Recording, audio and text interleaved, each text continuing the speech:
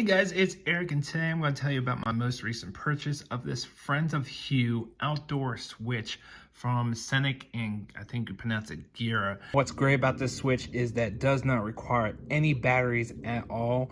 Every time that you press on it, your physical pushing of it generates enough power to transmit the signal. Now you do need to have the Hue bridge for this to connect to, but the great thing is that there is no batteries required.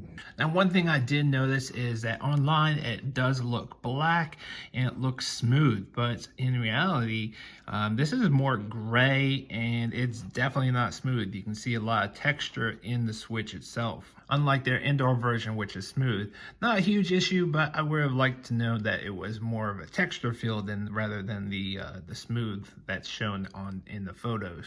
Now the mount disc, you have two different options. You can use the adhesives that come with it. These are designed for the outdoors, so they can definitely get wet. They do mention that it's hard to remove, so once they are on, it's going to be really hard to get them off. Or you can use screws by removing this back plate. Let me see if I can do this with one hand. Just need to get a screwdriver. Took a second, but there's the plate. Now you can mount this with screws, and then you just push it back on if you want to. This is where I decided to place mine, which is in a screened porch.